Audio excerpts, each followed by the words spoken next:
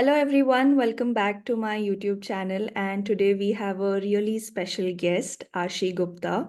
She has completed her study in law. She has done her BA honors LLB in law, and now she has built a beautiful natural farm in Gwalior where she is practicing natural farming practices which will help our resilient climate.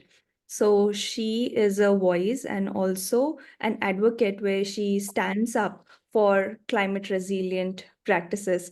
So, welcome to my channel, Ashi, and please introduce yourself a little bit more. And how did you get into this? Thank you for calling me to your channel. Very excited about this. So, introducing myself is a very difficult task for me. I don't know how best to describe myself. I think I fall into a very niche category of farmers who are affluent farmers, come from a place of privilege. But within that, also, I have a smaller land holding. So, affluent farmer with a small land size. Uh, my farm is in Gwalior, like you said, Amalta's farm. It's actually near Gwalior, outside the city. And I been born and brought up in Gwalior. After that, I went to Calcutta to study law in NUJS over there. I studied BA LLB honors. It was a 5-year degree. And the last 3.5 years, I've been farming full time, running my farm over here. Yes. So first is that when I interacted with you and I saw the pictures of your farm online, your thought process is unconventional. It's very progressive, and it's something that, I feel a lot of Indian youth is interested in. We want to know about sustainable practices and farming that will support our climate. So you're quite a thought leader for all of us. And second, the name of your farm, Amaltas, is beautiful. So could you tell us what is it? How do you choose this name for your farm? Amalthas is a summer flowering tree over here in North India. And it's a very beautiful tree. It's called a golden shower tree. They're lovely yellow flowers and it flowers from April to May. And I find it very beautiful when everything else is kind of barren in our semi-arid kind of climate. The Amalthas still flowers. So that's how I decided to call it Amalthas Farm. Yeah, it's a beautiful name and quite unique from for me who comes like from the Maharashtrian, more of a South Indian region. So tell me a little about what interested you towards taking up law as your primary education. Hmm. So I think class 12th, that's when we have to make this choice. And I don't think as a 17, 18-year-old, I knew what I really wanted to do. My parents are doctors, and I saw them matlab, working in a profession where they were able to help people. Yeah. Uh, so I also wanted to do something similar, but on a bigger scale, maybe. And at the same time, I also saw them being restricted to one geographical location. They could not travel a lot. And I wanted to be more like explore more and travel around at that age. I thought it would be more adventurous. And I somehow saw law as the means to do that. Um, Also, I think I used to read a lot at Yeah. that point. And I was told that in law, you have to read a lot, study a lot. And it appealed to me. So I chose law amongst the options for that time. Yeah, that's a wonderful Yeah, thought. that. Yeah. So, we usually say that farming, people think, only if you have uh, lands that are coming to you from your ancestors, then people get into farming. Or we usually see farming as something that is done by, the unprivileged class. And if it is a privileged class, then it's coming from your ancestors. So there are quite notions attached to farming, especially in India. And we usually don't see the middle class or the upper middle class getting into farming a lot. But I can see a lot of interest coming up nowadays, and I can see you going into this field. So, what interested you in having a natural farm and starting with a land and working on it?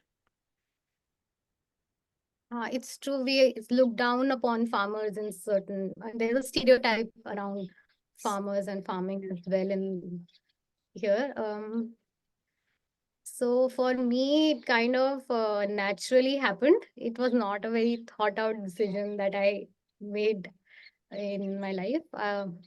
I think I grew up with a lot of connection to nature because of my mother.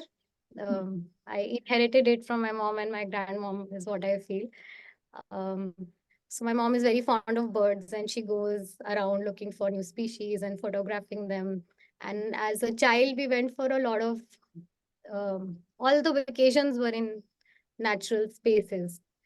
And we also had a very beautiful garden at home, which my grandmom had cultivated. So I think all of this built love for nature that was very ingrained in me. Mm-hmm. And um, yeah, and during COVID, I was back home. Everyone was stuck in their houses, and I used to spend a lot of time in my mom's terrace garden. And from there, I don't have the exact memory of how I started gardening myself, but I somehow planted a few, like so, sort of few tomato seeds is what I think I started with, and saw how it became a plant, and then I harvested them. Sustainable living, why is it important? And you said that you do some climate resilient agriculture, farming practices. So, if you were to explain this to a layman who is not so much into it or does not understand, how will you explain? What is it that you exactly do when you say that it is a climate resilient agriculture? Um, so, like I was saying before, from terrace farm, we had land and I started working here. But what I found was it was very different to work in an open field. And that's when the climate angle really came in because um, on a terrace, you can control a lot of factors. But in an open field, and we had only one huge tree, which you can see at the back over here. Now there are many more, but this was the only one that we had. So it was very difficult to grow anything over here. And over the last 3 years, I also saw I didn't start with the idea of climate resilient agriculture. I wanted to uh, farm in an ecological manner. That was my thought process initially. Build an ecosystem over here, have wildlife come back and work with nature. Um, so the yeah, so I saw how the heat waves impacted anytime we tried to do something in the summers. And I think 2022 they were really bad. A lot of deaths were around North India, a lot of deaths also happened because of the severe. It was an extreme weather event, and the unseasonal rainfall. Even this year, we've had cannot explain. We've never seen this kind of rainfall in this area. So that's how the impact of climate, I could feel very deeply staying on the farm. And when I say climate resilient, it's about working, designing the farm to make it foolproof in some kind of a way so that uh, at any point of time, there are some things which are thriving, even if some other things don't survive. And design the farm in a way that you safeguard yourself in case of an extreme weather event, for which I am learning and following permaculture principles. So yeah, it's a attempt towards climate resilient agriculture, and it will take a while. And a big part of it is also having seeds, heirloom seeds, the desi variety, which is acclimatized to the climate over here. So building our own seed bank, which will work here in case of an extreme event also. Hopefully, that's the hope. Yeah, and you told me very, very interesting things where you said that you want to build your own seed bank where the seed is actually something that is resilient to this climate. And you also spoke how about we need an ecosystem. So a farm is not only a place where you're just growing crops, but there are when I've seen your profile, there are new animals visiting, there are birds visiting your farm, some varieties that we don't get to see usually. So I can clearly see from your Instagram profile that it is like an ecosystem. And you also, I remember you telling me about that you do not go for those kind of things which are heavy on chemicals, considering how you want to work with your land and your crops in a longer run. So it's a wonderful concept, I think, Ashi. What you're doing is fantastic. We decided. Yeah, I think the internet got thoda sa unstable in between. Yeah.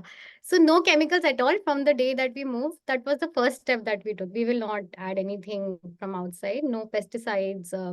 We make our own pesticides from neem leaves, arjun leaves. That way, and and we have a herd over here. We have 4 buffaloes and 3 cows, and they provide us with all the fertilizers that we need.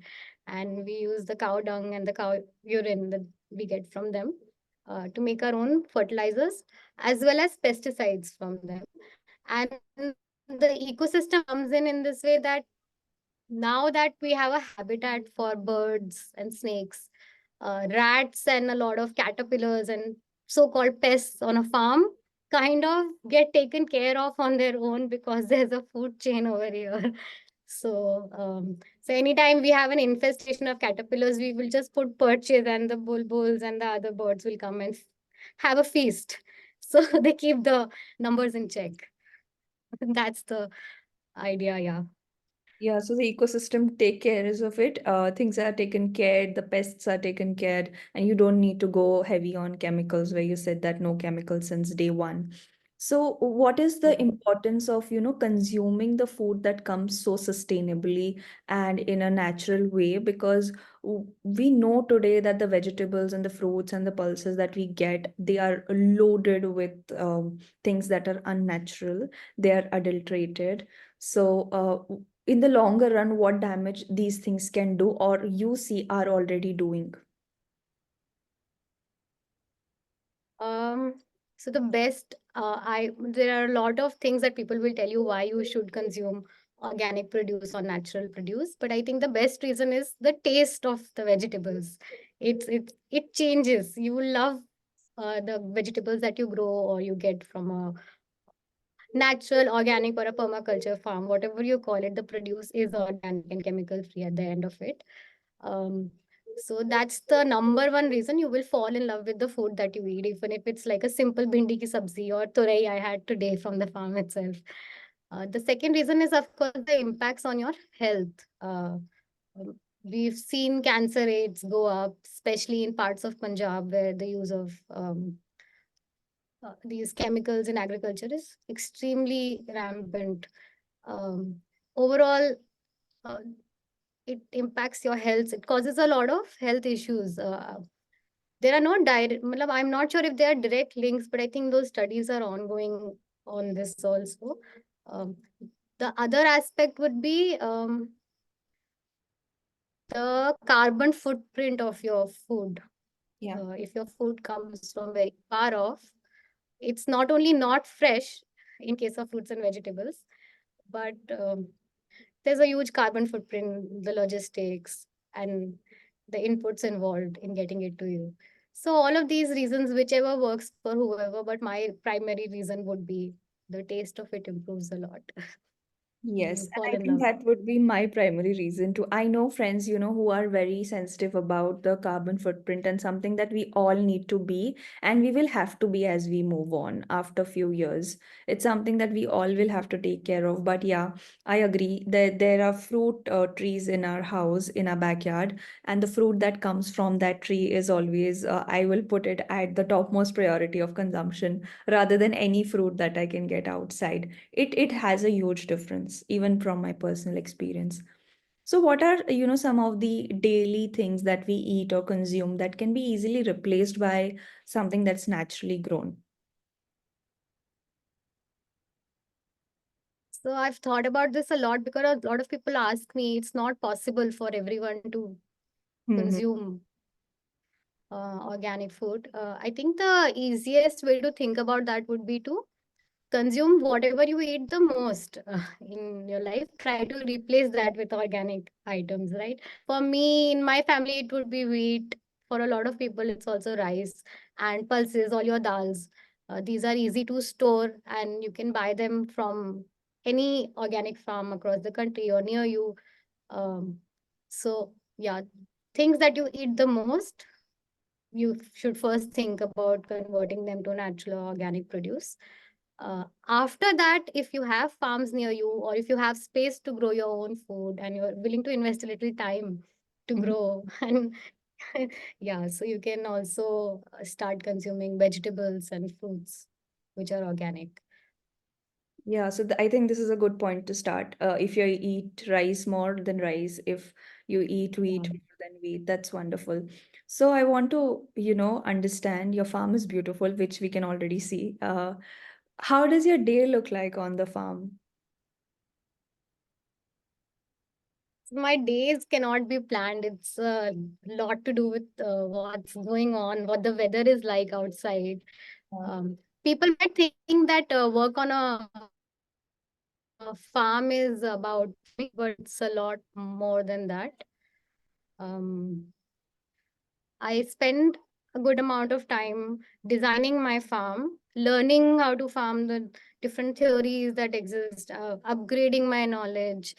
Uh, so that's a fair chunk of time spent on the farm also, which is creative also. So a lot of jobs are about maybe doing one thing.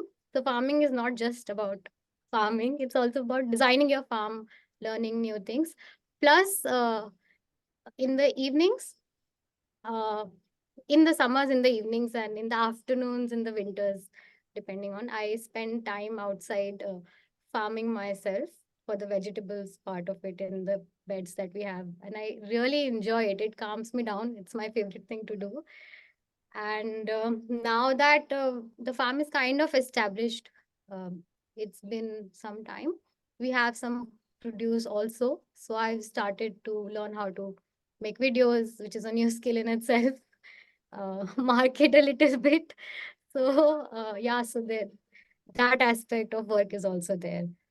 yes. So, plus I have a team of people and animals, which also requires a lot of management, both of them. So that also is a part of the Beautiful how you said you have a team of people and animals. Because I can see that fulfillment on your face when you're talking about your farm. It's like any other big entrepreneur today we reward with a lot of recognition and appreciation that hey, you are doing a big thing. I think the same uh, appreciation and acknowledgement you are worthy of. You have taken up a very wonderful project, and we can see the satisfaction even if it takes so much of hard work that you need to put into. So, to the younger generation, the generation that you belong to, I belong to, what is it that you want to tell about farming, agriculture, consumption? um, the younger generation. About farming, I would say, matlab it's an incredibly satisfying work life for sure.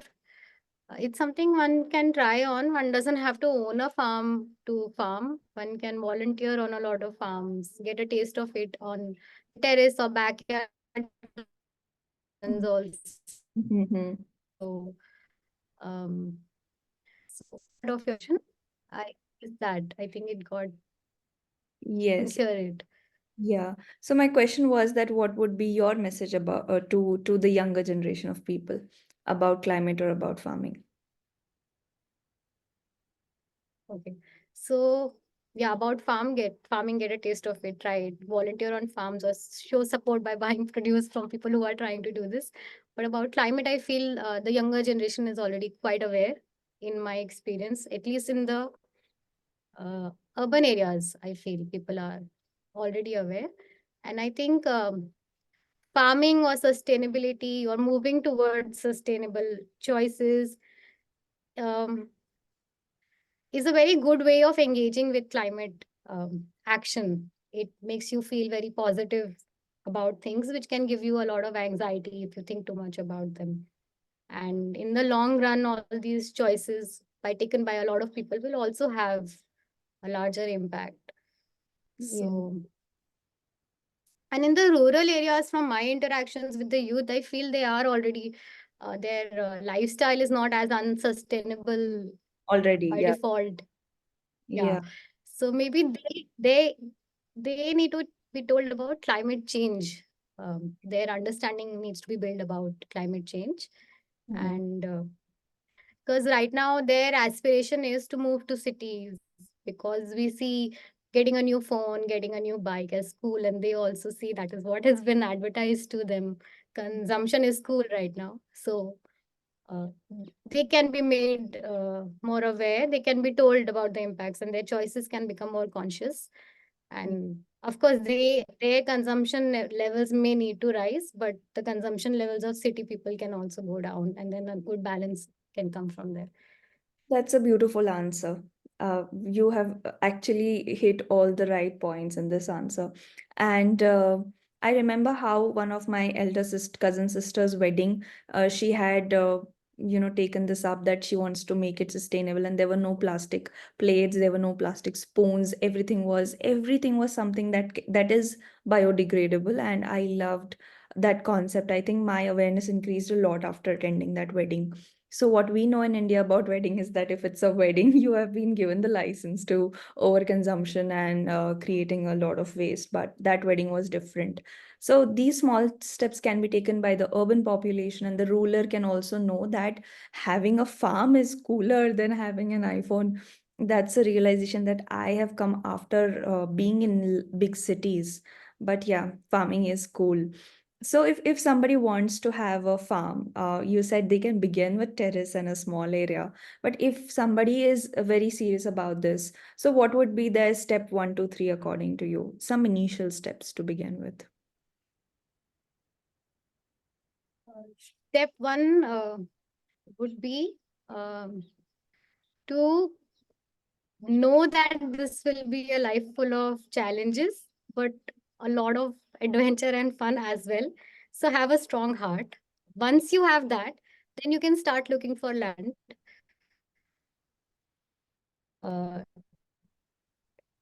Yes. So, and then slowly, I think things start falling into place. Starting out it, talking to people, learning how to farm. But yeah, it's a lot of challenges that you will not expect. A lot of things that we take for granted in cities will not be available on farms. And but it's still a lot of adventure. Like today itself, all our animals escaped on the farm. They ran away. They were all grazing and suddenly decided the weather is good and they started running around, and we had to get them all back to the grazing area. So things like that will happen on a farm. It is a more adventurous life than life in the city, in my opinion. Something or the other will always happen that you don't account for, don't plan for on a farm. So every day will be different, but you have to have a lot of patience. It's a very long journey. It will take a while for your soil to transform if you are going towards organic or natural. Um, yeah, for you to get used to a slower life also. Initially, you might get a little bored because of the lack of stimulation. Like I used to try to watch Netflix once I shifted to the farm, but I couldn't do it because I had to switch off all the lights at 7 or 8. Otherwise, all the insects would come. House here is the only light source. So every insect in the neighborhood would want to come here. So I ended up sleeping early because I couldn't watch any screens. So Yeah, yeah, it's a lot. I Yeah. think living on the farm is quite good for your health, mental, physical, both. You're getting the, embrace of the nature, and you have to shut your screens off, otherwise insects would come in. I think this is quite a fun part that you told. It can feel inconvenient because we are so used to convenience today, but yeah, there are great inputs that you have given me in this conversation. And whenever I talk to you, I get to learn something new about farming, agriculture, or growing produce, and our conversations have always been very interesting for me. And I will give the Instagram link of Amalta's farm in the description where you can get in touch with Ashi if if you are interested in volunteering or getting to know anything or the seed banks that she was talking about. I think she's doing a lot of fun stuff. You can watch a lot of it after you follow her on Instagram. So thank you so much, Ashi, for coming to this conversation Come today. and join also sometime. If you have time, you can all come and join also. Volunteer on the farm. Yes, so that's lovely, very kind of you to say that people can actually come volunteer, see. Thank you so much, Ashi, for coming to my channel and for this interesting interaction. Thank you so much for calling me here. Yeah. It was a lot of fun. So bye-bye, guys. We are tuning off for today, and we will have more unconventional, progressive, interesting people here on this conversation and on this podcast. Till then, subscribe to my channel. See you soon.